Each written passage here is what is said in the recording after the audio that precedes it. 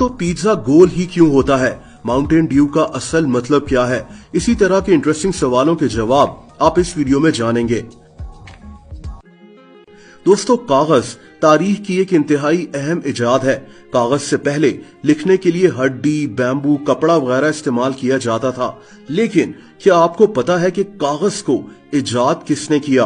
दोस्तों, इसका सेहरा एक चाइनीज आदमी साय लुन को दिया जाता है। कहते हैं कि 2000 साल पहले इसी आदमी ने इंग्रेडिएंट्स जैसा कि सिल्क, हम्प और मछली के जाल को पानी के साथ मिलाकर एक पल्प बना लिया और इसको सूरज में सूखने के लिए छोड़ दिया और इस तरह मॉडर्न पेपर वजूद में आ गया। और फिर वक्त के साथ साथ दुनिया में पेपर मिल्स लगना शुरू हो गईं। दोस्तों, कागज की बात आई तो होमवर्क की बात भी करना चाहिए। क्या आप जानते हैं कि बच्चों को होमवर्क देने की बात कहां से शुरू हुई? दरअसल आज से 200 साल पहले एक फिलोसोफर योहान गोटलिब जर्मनी में रहता था। ये चाहता था कि बच्चे घर जाकर वही करें जो उनको हुकूमत कहे। ये इस तरह से बच्चों में जर्मनी की मोहब्बत और नेशनलिज्म को जगाना चाहता था।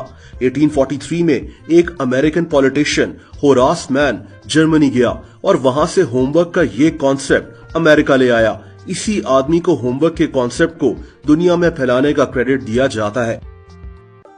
दोस्तों, माउंटेन ड्यू को कौन नहीं जानता, लेकिन क्या आप जानते हैं कि इस सॉफ्ट ड्रिंक को बनाया किसने और इसका मतलब क्या है?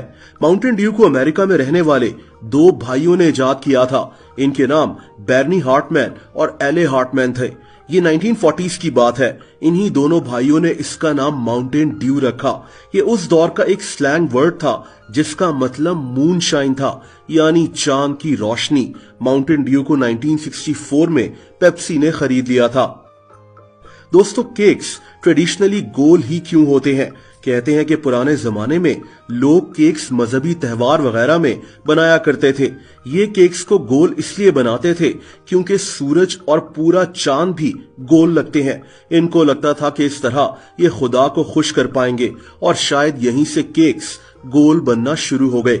जहां तक पिज्जा का सवाल है तो पिज्जा गोल इसलिए होता है क्योंकि जब इसकी डो बनाई जा रही होती है तो इसको फैलाते हुए ये वैसे ही गोल शेप में बन जाती है और ये बॉर्डर से बराबर होती है।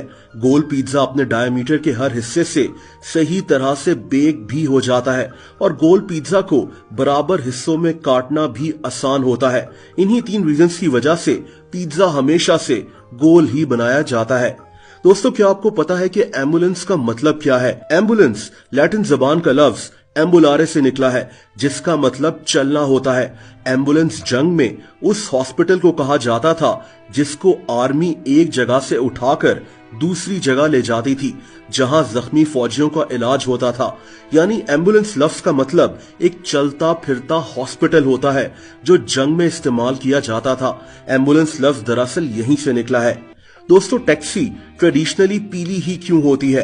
1907 में अमेरिका में एक कार सेल्समैन जॉन हर्ट्स ने एक टैक्सी कंपनी खोली। इस आदमी ने एक यूनिवर्सिटी में एक सर्वे करवाया कि कौन सा रंग तमाम रंगों में आंखों को ज्यादा दिखेगा, यानी प्रोमिनेंट होगा, और इस सर्वे का रिजल्ट पीला रंग था और बस इसने अपनी सारी टैक्सीज पर पीला रंग कर दिया। ये पीली टैक्सीज अमेरिकी शहर शिकागो में चली और फिर पूरे अमेरिका में फैल गईं और बस तभी से टैक्सीज पीले रंग में आना शुरू हो गईं। और दोस्तों, आखिर में हम रोजाना आसमान को देखते हैं, लेकिन क्या आपने कभी सोचा है कि आसमान का रंग दिन में नीला क्यों दिखता है? दरअसल दिन में जो सूरज की रोशनी जमीन तक पहुंचती है ये कई रंगों पर मुश्तमिल होती है। सूरज की रोशनी में वो तमाम रंग शामिल होते हैं जो रेनबो में होते हैं, red, orange, yellow, green, blue वगैरह। सूरज की रोशनी जमीन के एटमॉस्फेयर से होकर गुजरती है। एटमॉस्फेयर हमारी जमीन के ऊपर एक गैस की लेयर सी होती है जो हमारी जमीन को गर्म रखती है और हमें सांस लेने के लिए हवा देती है। अब सूरज की रोशनी में जो रंग होते हैं ये वेव में ट्रेवल करते हैं।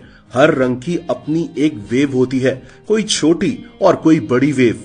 इनमें ब्लू रंग की वेव्स बहुत छोटी होती हैं। जब सूरज की रोशनी जमीन के एटमॉस्फेयर से गुजरती है तो एटमॉस्फेयर में मौजूद गैसेस नीले रंग की छोटी वेव्स को सबसे ज्यादा इधर उधर एटमॉस्फेयर में फैला देती हैं और इसी वजह से हमें दिन के वक्त आसमान नीला नजर आता है जब सूरज निकला हुआ होता है। दोस्तों, अगर आपके जहन में ऐसा ही कोई इंटरेस्टिंग सवाल है तो कमेंट्स करके जरूर बताएं और मेरी कोशिश होगी कि इस टॉपिक पर एक और वीडियो पोस्ट करूं।